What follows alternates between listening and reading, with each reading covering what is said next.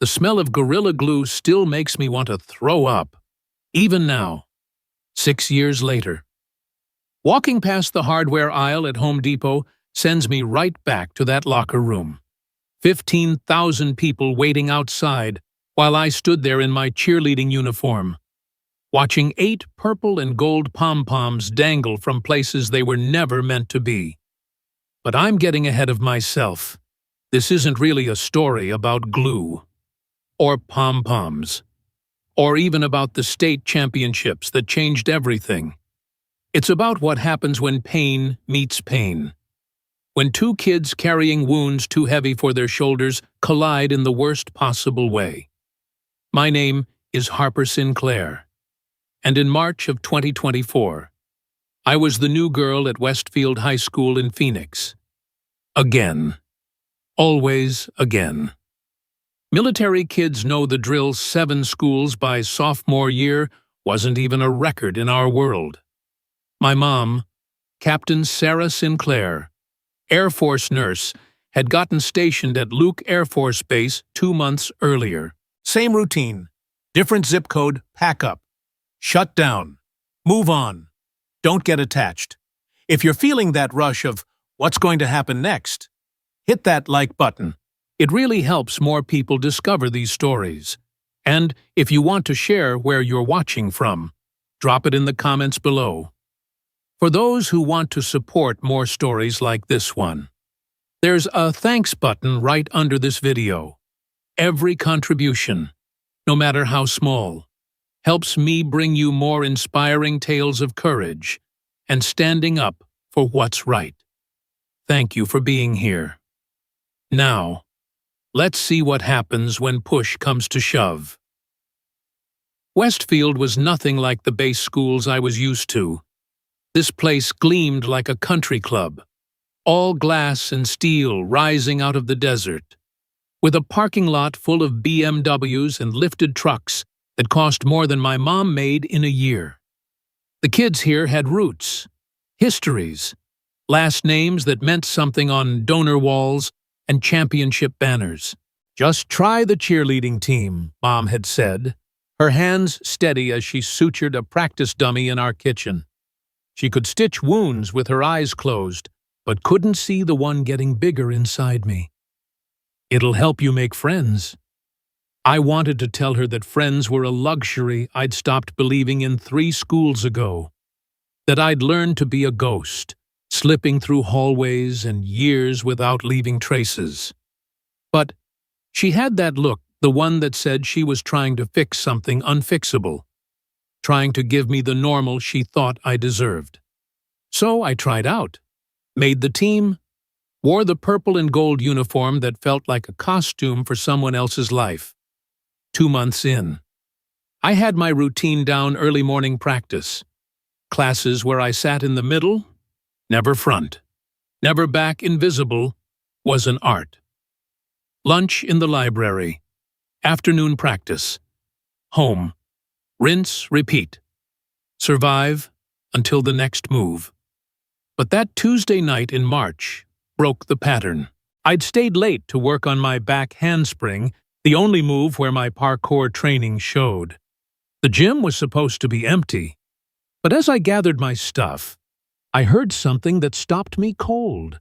Someone was crying, not the dramatic sobs of teenage heartbreak or the frustrated tears after a failed test. This was different, raw, broken, the kind of crying that comes from somewhere so deep it threatens to turn you inside out. The sound pulled me toward the weight room.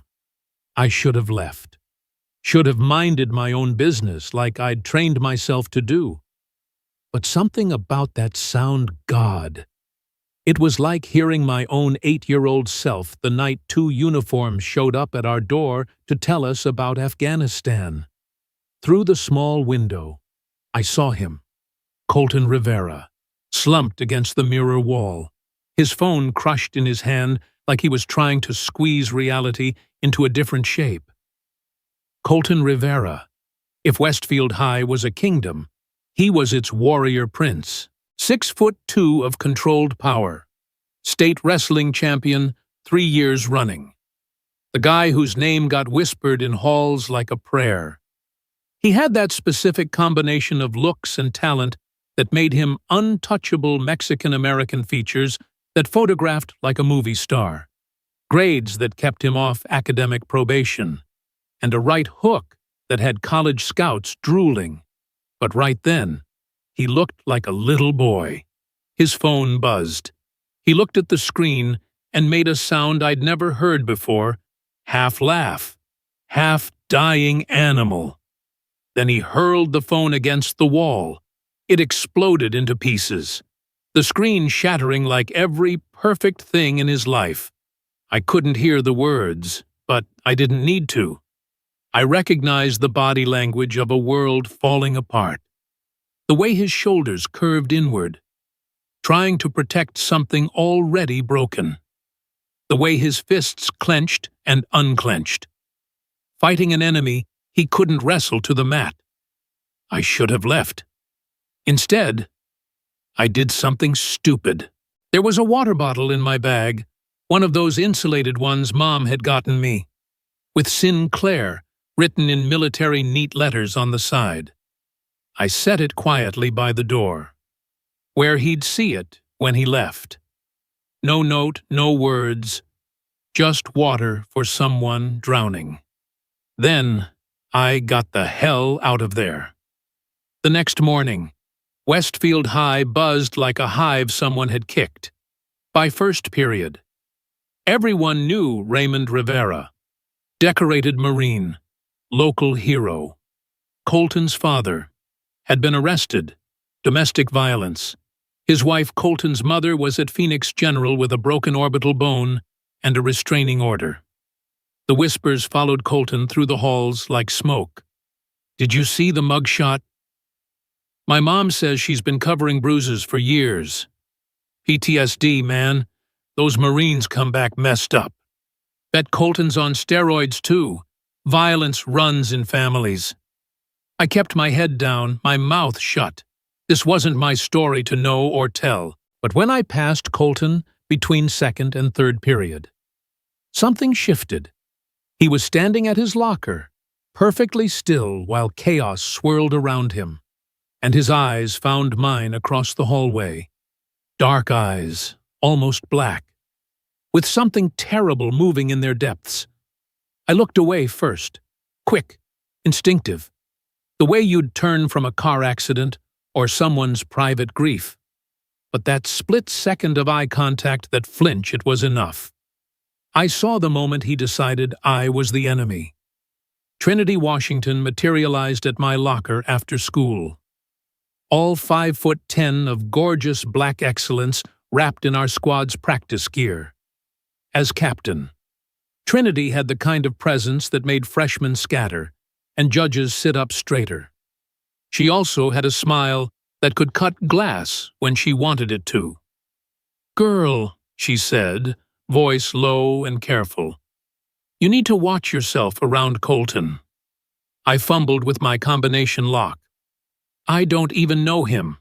"Exactly." She leaned against the lockers, casual to anyone watching, but her eyes were sharp. "He thinks you told everyone about his dad.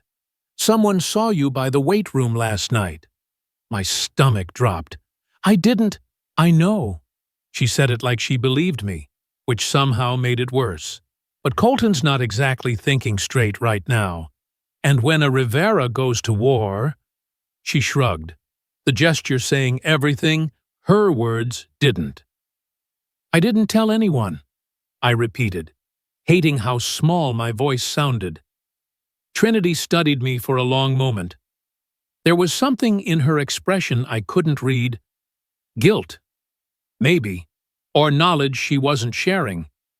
Then she straightened, pulling on her captain face like armor. "Just be careful. State championships are in 2 weeks. We need every girl healthy and whole." She walked away, leaving me with the distinct feeling that I'd just been warned about a storm nobody could stop.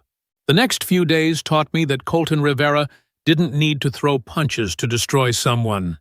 He was smarter than that, more careful. A shoulder check in the hallway that sent my books flying. My combination lock mysteriously jammed with something that smelled like superglue. A protein shake that accidentally exploded all over my uniform during lunch. Each incident was perfectly timed, flawlessly executed, with just enough plausible deniability to keep him out of trouble. His wrestling buddies, a pack of lettermen jacket-wearing wolves, provided alibis and audience in equal measure. I took it all in silence. What was I going to do? Complain? Tell someone that Westfield's golden boy was making my life miserable because he thought I'd spread rumors about his father beating his mother. I'd been the new girl too many times to believe in that kind of justice. Besides, I'd survived worse. Every military kid has. We learn early that home is a feeling you carry, not a place that keeps you safe. We learn to pack light, love carefully, and always know where the exits are.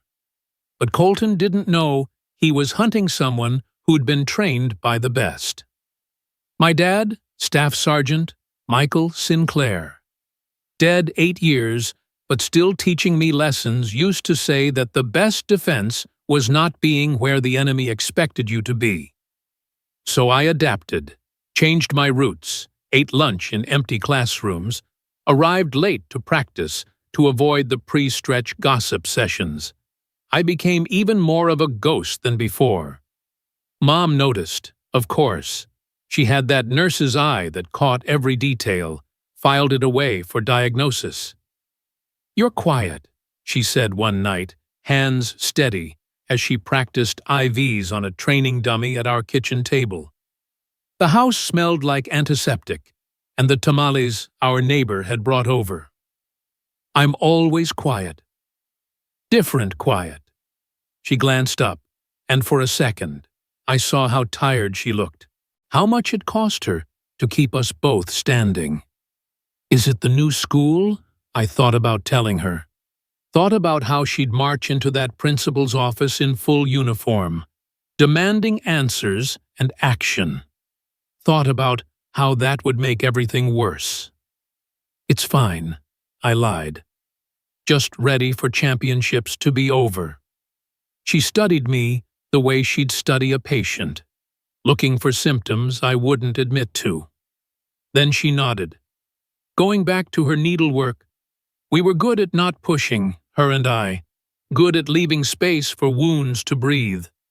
But I should have known Colton wasn't done.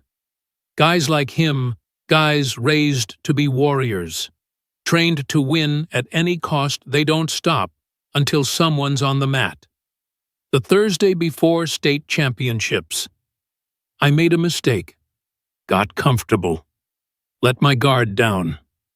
Practice had run late. The team working through our final routine until every move was muscle memory. My body ached in that good way. The burn that meant I'd pushed myself just hard enough. The parking lot was dark when I finally headed to my car. Most of the team already gone. I was fumbling for my keys when I heard them. Footsteps. Multiple sets. Moving with the coordinated precision of people who'd trained together. "Harper." Colton's voice was calm, conversational even.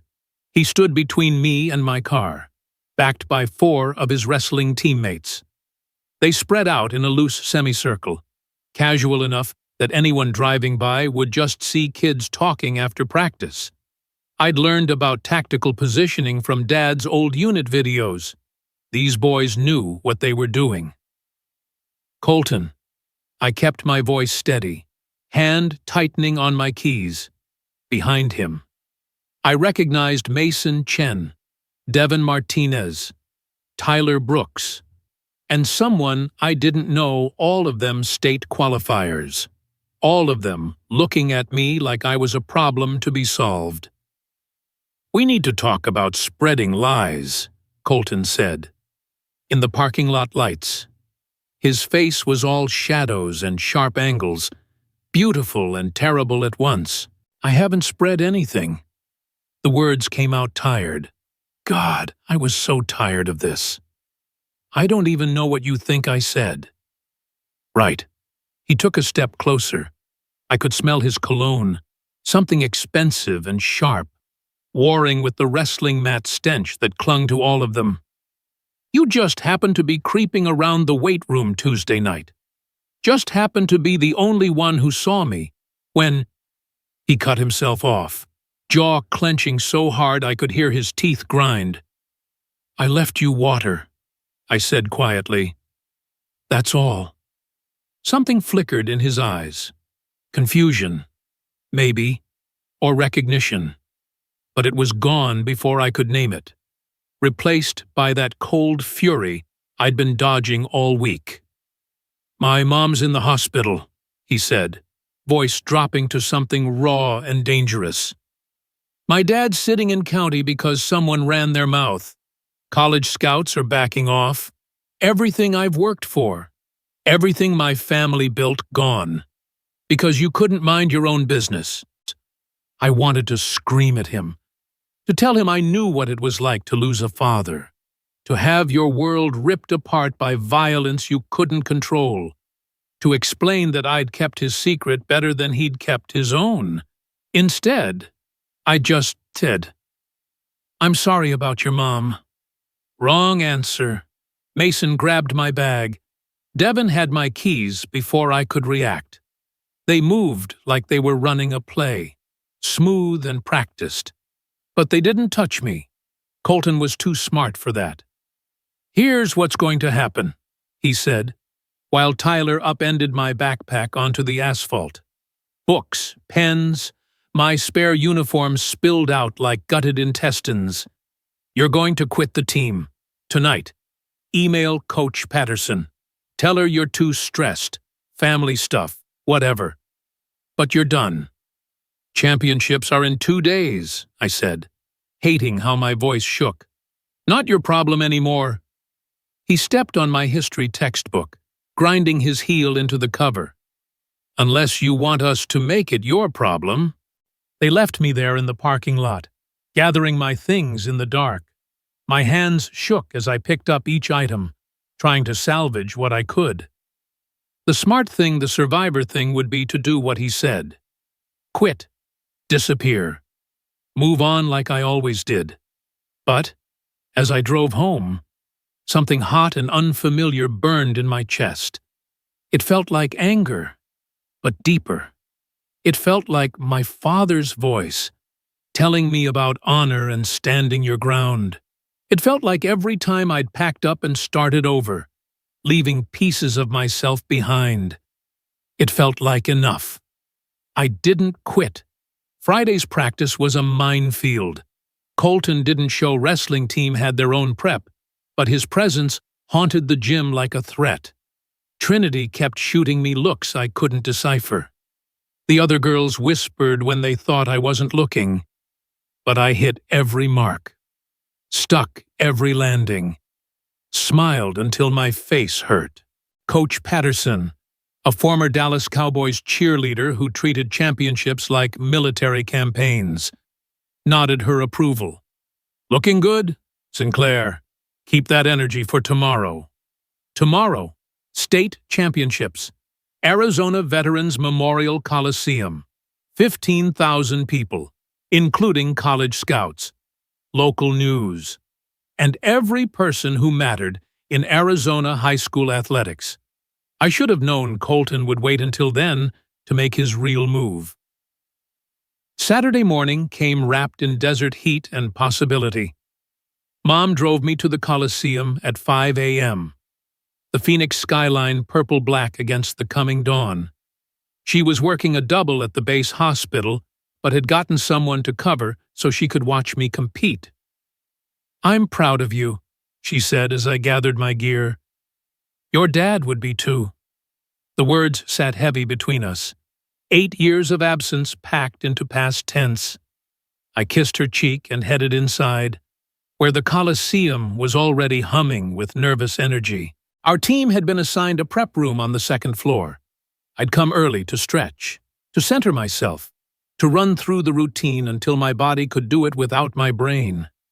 The hallways were empty, my footsteps echoing on polished concrete.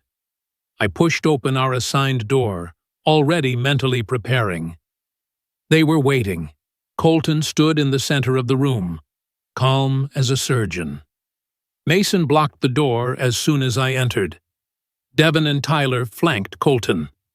And two more wrestlers I didn't recognize stood by the windows.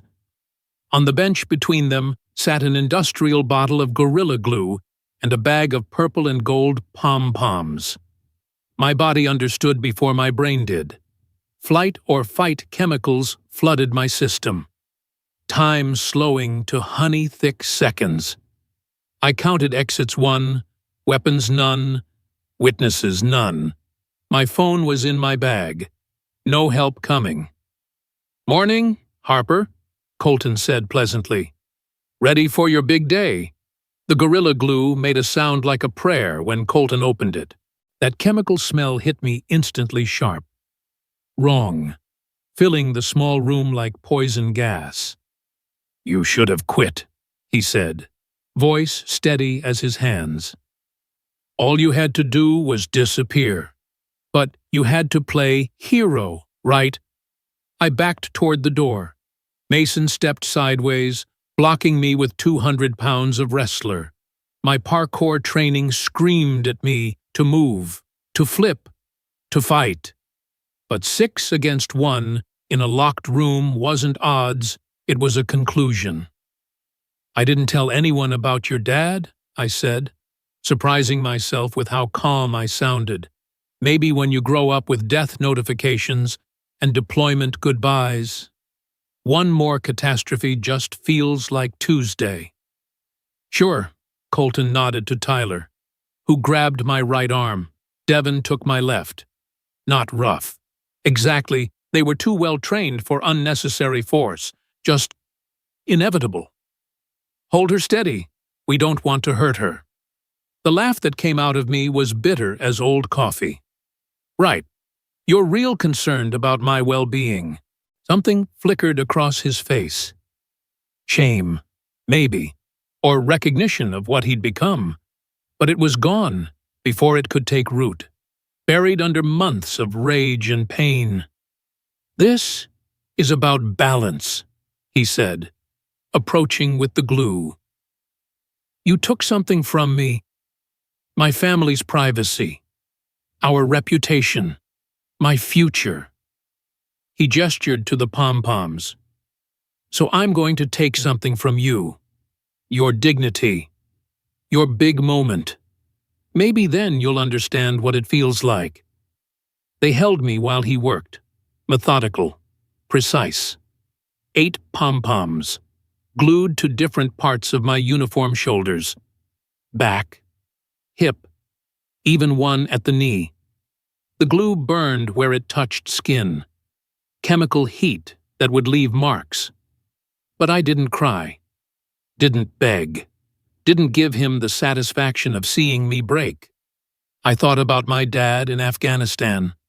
About my mom stitching wounds at 3 a.m. About every time I'd packed my life into boxes and started over. If they could survive their wars, I could survive mine. There. Colton stepped back, examining his work like an artist. "Perfect. You've got about 10 minutes before that sets completely. 20 before it's permanent. Good luck explaining this to Coach Patterson." They left me there, door clicking shut with finality. I stood in the center of the room, Pom Poms already starting to set, and assessed the damage. The glue was everywhere: my uniform, my skin, my hair where a Pom Pom had brushed it. In the mirror, I looked like some demented craft project, purple and gold explosions marking me as a target. A joke. A victim. 10 minutes, he'd said. I could try to cut them off. Maybe salvage enough uniform to compete. Or I could run, find my mom. Go home. Never come back. I touched the Pom Pom on my shoulder. Already firm. Already part of me. The thing about military kids is we learn to adapt. When home is wherever the Air Force sends you. When friends are temporary and schools are just waypoints. You figure out that the only constant is yourself, and yourself has to be enough. I made my decision. The team was warming up when I walked in. The chaos of 30 girls stretching, practicing, adjusting uniforms created a bubble of noise that died the second they saw me. "Oh my God," someone whispered. "Harper, what? Is that glue?" Trinity reached me first, her face cycling through shock, anger, and something that looked like guilt. "Harper, honey, what happened?" "Colton Rivera happened. I said it loud enough for everyone to hear. No point in secrets now. He thought I told people about his dad. He was wrong, but..." I gestured at myself, Pom Poms bobbing with the movement. "Here we are."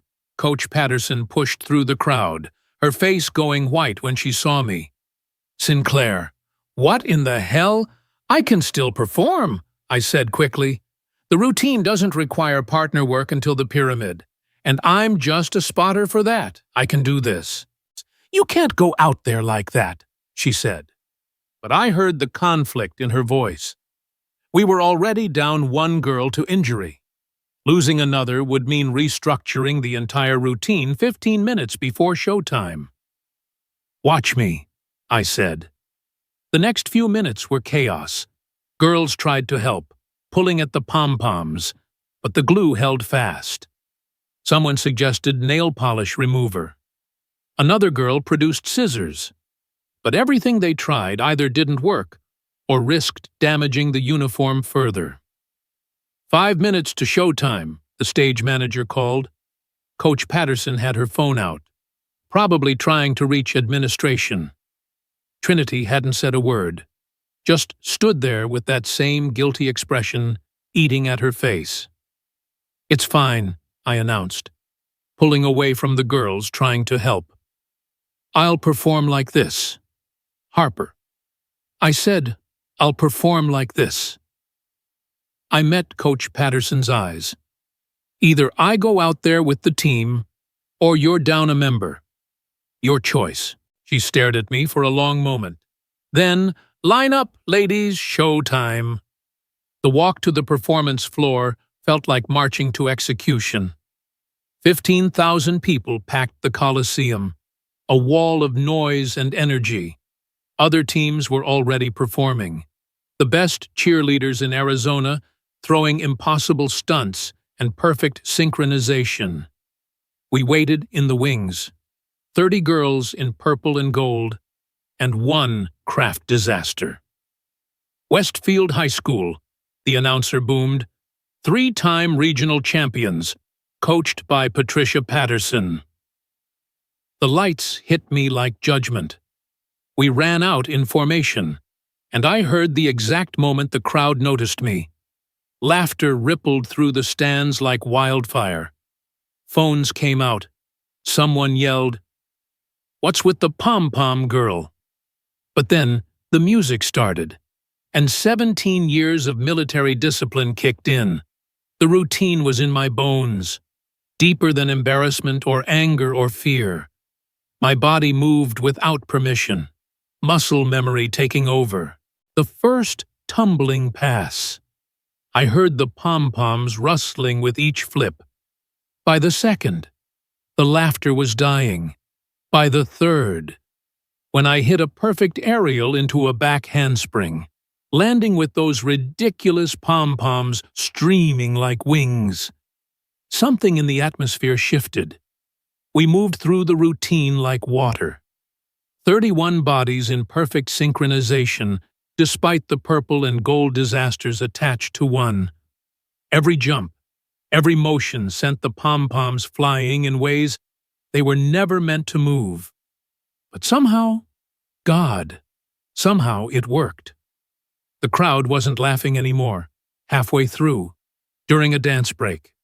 I caught sight of the judges' table, 5 former cheerleaders and choreographers, including one who'd coached Olympic gymnasts.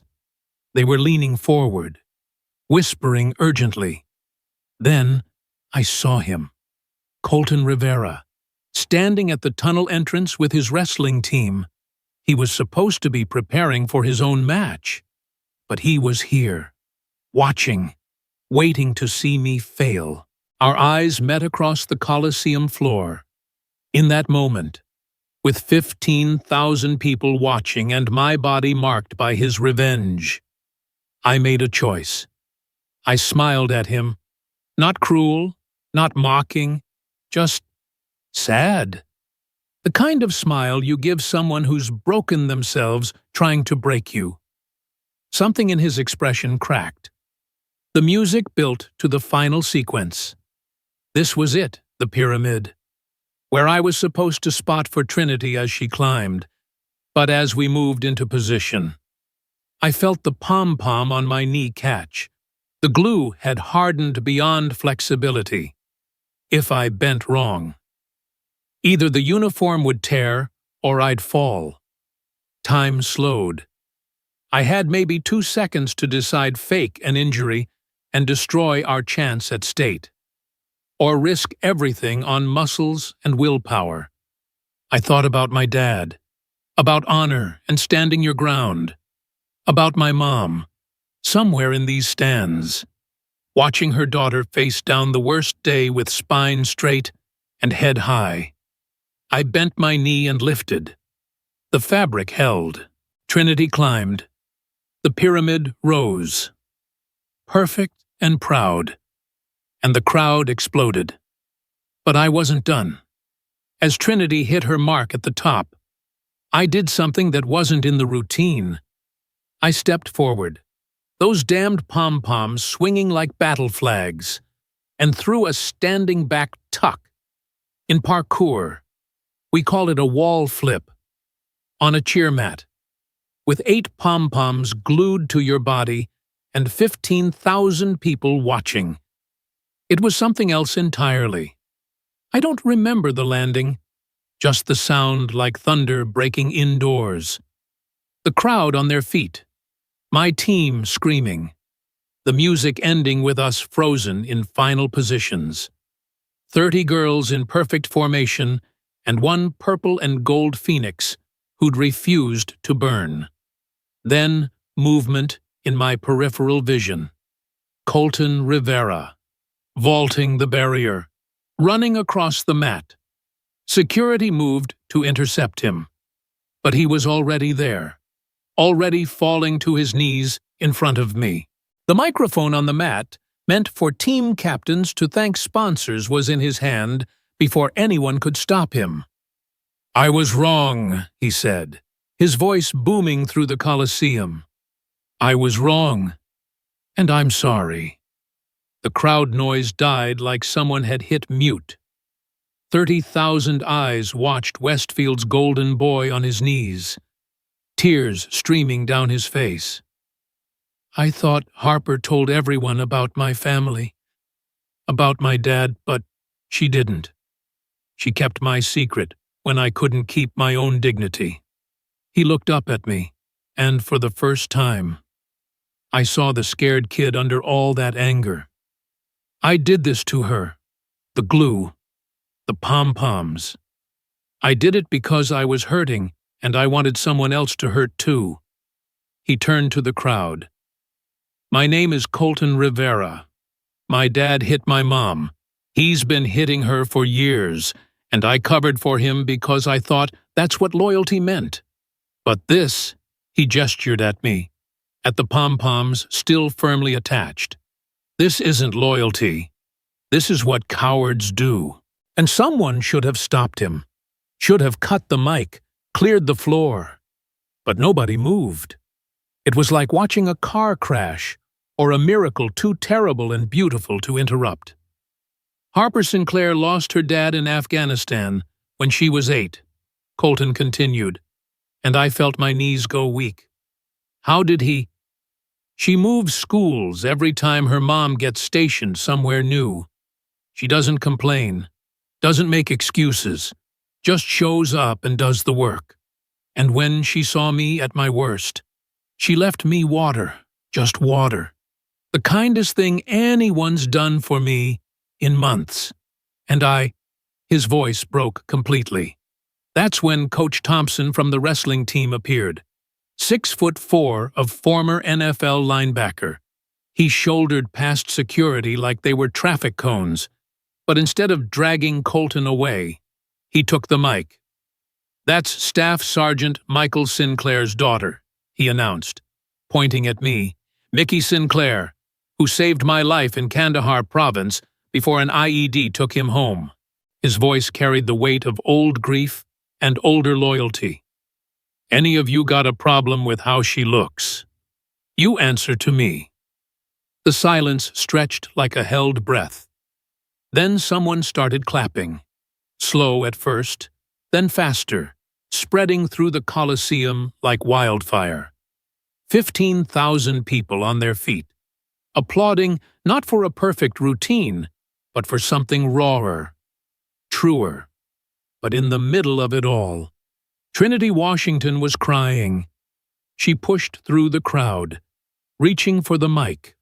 Colton, still on his knees, handed it over without question.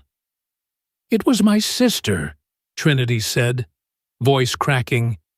"My little sister Destiny. She's a freshman, has a crush on one of the wrestlers. She overheard Colton on the phone Tuesday night, and she told people, started the rumors, and I—" She looked at me, mascara streaming. I knew, and I let Harper take the blame because I was scared. Because I'm supposed to be perfect. And perfect girls don't have messy families." So the Coliseum felt like a confessional. All these broken kids laying their sins at the altar of public judgment. But I was so tired. Tired of carrying other people's pain. Tired of being the new girl. Tired of pretending strength meant never showing the cracks. I reached for the mic. My voice, when it came, was steady as my mother's hands. "Everyone's got a story," I said. "Everyone's fighting something. Colton's fighting his dad's legacy. Trinity's fighting perfection. I'm fighting the ghost of a hero father I can barely remember." I looked around at my team, at the crowd, at the boy still on his knees. But the thing about fighting is, sometimes you hit the wrong person.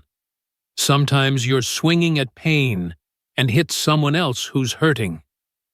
I helped Colton to his feet. He was crying so hard his whole body shook. "The glue will wear off," I continued.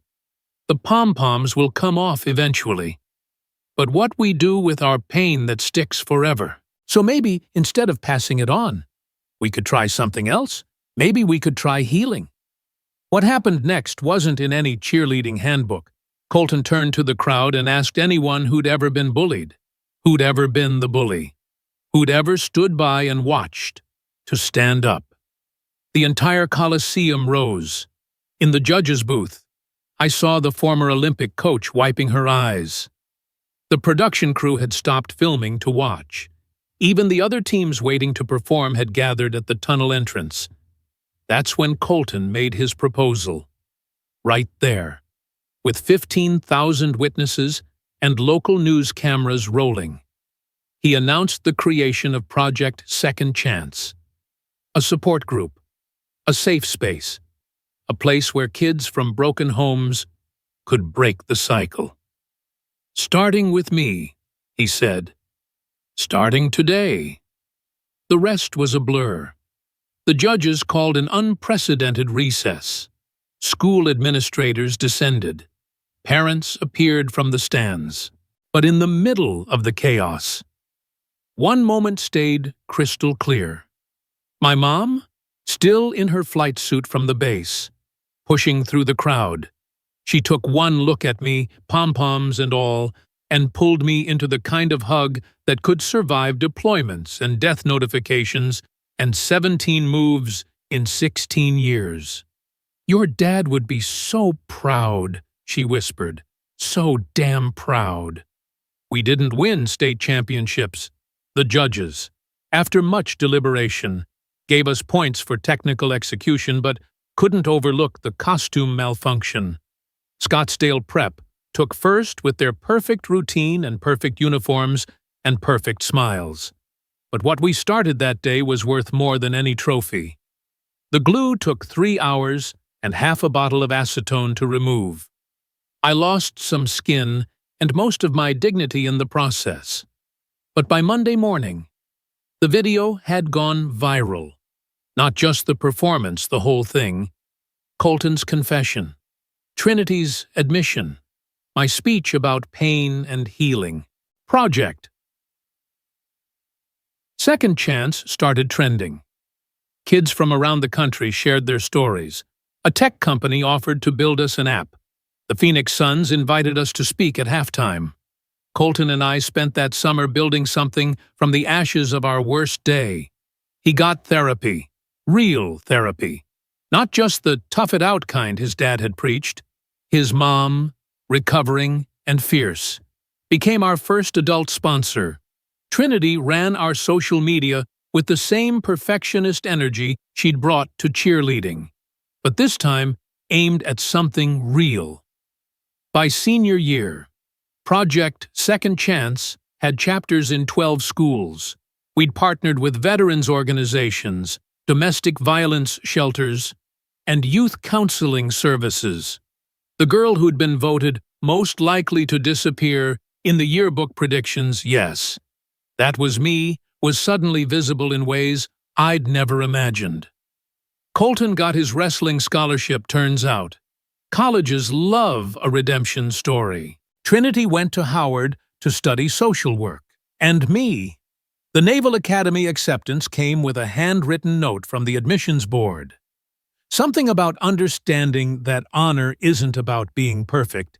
It's about getting back up after you fall. But the part that mattered most happened in small moments. Kids approaching us in hallways, whispering their stories.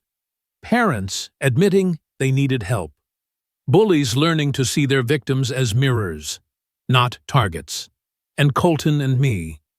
We became something harder to define than friends. Trauma bonds are complicated, too intense for casual friendship, too tangled for romance. We were war buddies, survivors of a battle we'd fought on opposite sides before realizing the enemy was never each other. He still texts me from Oregon State. Random things, workout tips, bad jokes, photos of his mom's gallery opening she started painting during recovery. I send him parkour videos from Annapolis, updates on the new chapters, pictures of the Pom Pom I kept. Yeah, I kept one, had it professionally cleaned and framed. It sits on my desk at the academy, purple and gold against regulation gray, reminding me that sometimes the worst things that happen to us become the foundation for who we're meant to be.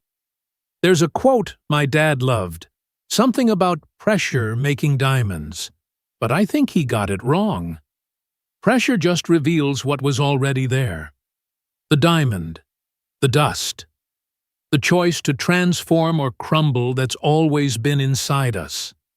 Colton Rivera tried to break me with Gorilla Glue and gymnastics equipment. Instead, he accidentally helped me discover that some things can't be broken. They can only be revealed, refined, and ultimately redeemed. And if that's not a second chance worth taking, I don't know what is. The smell of Gorilla Glue still makes me want to throw up. But now, it also makes me grateful. Grateful for the girl who refused to quit. For the boy brave enough to kneel. For the crowd that chose compassion over entertainment. Mostly, I'm grateful for the water bottle. That small act of kindness I left for a crying boy. Not knowing it would circle back as a tidal wave of change. Because that's how healing works, one small gesture at a time. Until the drops become an ocean. These days, when I speak at schools about Project Second Chance, kids always ask the same question, what would you change if you could go back? Nothing. Not the glue, not the humiliation, not the pain, because sometimes The worst day of your life is just the first day of who you're supposed to become. And that purple and gold pom-pom on my desk, it's not a trophy or a reminder of victory. It's proof that even the things meant to mark us as victims can become our wings.